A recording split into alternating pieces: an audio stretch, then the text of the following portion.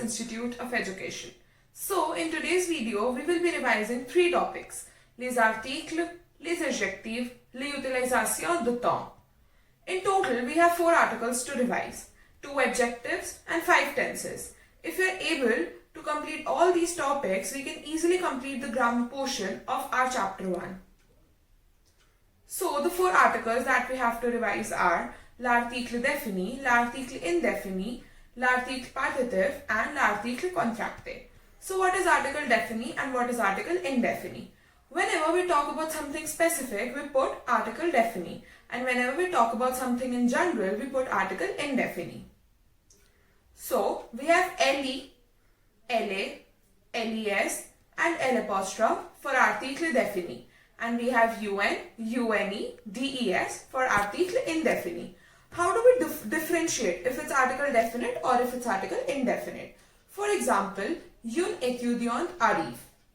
We put an article indefinite because which student is coming, it's not specified. But l'étudiante qui s'appelle Lucy arrive. It's specified. The student whose name is Lucy is coming. So we put article definite.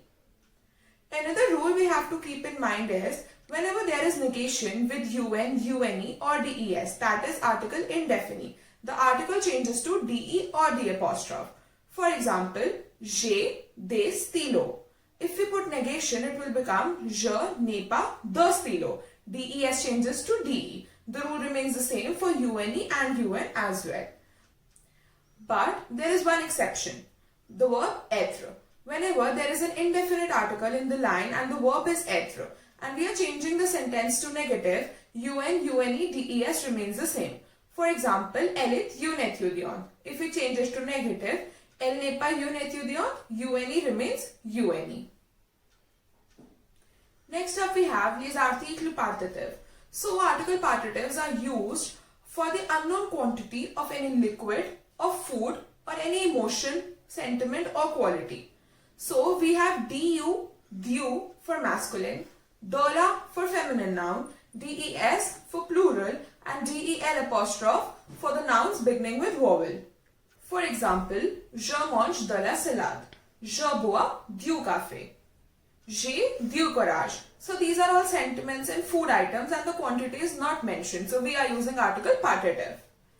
Whenever we have verbs of taste and preferences like aimer, adorer, préférer and détester, we put article definite, not article partitif.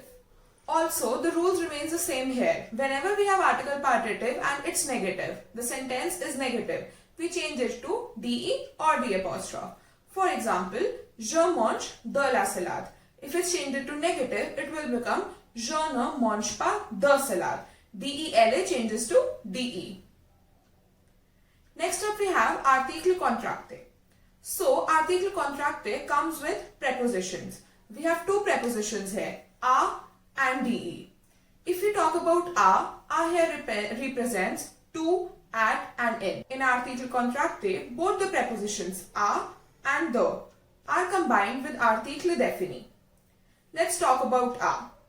We have o for masculine, we have ala for feminine, we have o for plural and we have a' for vowel. De represents from and of. We have du for masculine, de la for feminine, del' for vowel and des for plural. So how do we differentiate whether we have to put de or a? For example, je vais à l'école. I am going to the school. Je viens de l'école. I am coming from the school.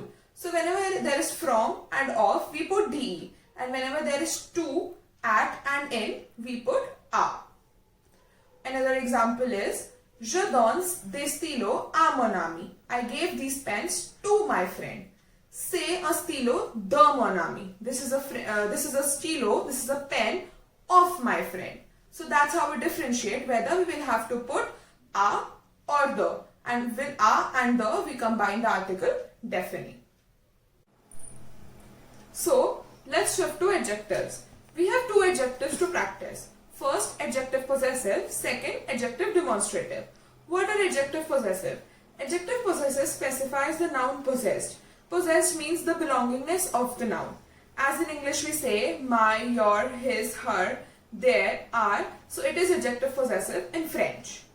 Whenever we put an adjective possessive, we have to keep three things in mind. First, the gender, if it's masculine or feminine. Second, the number, if it's singular or plural. Third, the belongingness, the subject it belongs to. For the table of adjective possessive, you can refer to the main NCERT book of class 9, chapter 2. Adjective demonstrative basically means this and these.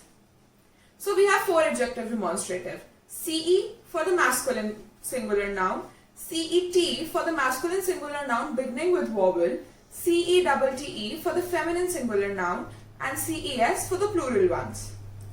For all the articles and adjectives, we have to keep one important thing in mind, which is whenever the noun is beginning with vowel and it's plural, we will always put the article or adjective of the plural thing, not one with the vowel. So now let's shift to the 5 tenses. Here we will discuss the use of these 5 tenses, where we put these tenses. So the 5 tenses are present, present progressive, passé composé, imparfait and imperative. So what is the basic difference between present and present progressive? For example, j'étudie anglais. I am studying English. It is the basic present tense. But whenever we are in middle of something, the thing is ongoing, we put present progressive. For example, je suis en train de faire ces exercices. I am in middle of doing these exercises. It is present progressive. Next up we have the difference in passé composé and imparfait. So whenever the action is completed, we put passé composé, and whenever the action is continuous, whenever there is description and whenever there is habit, we put imparfait.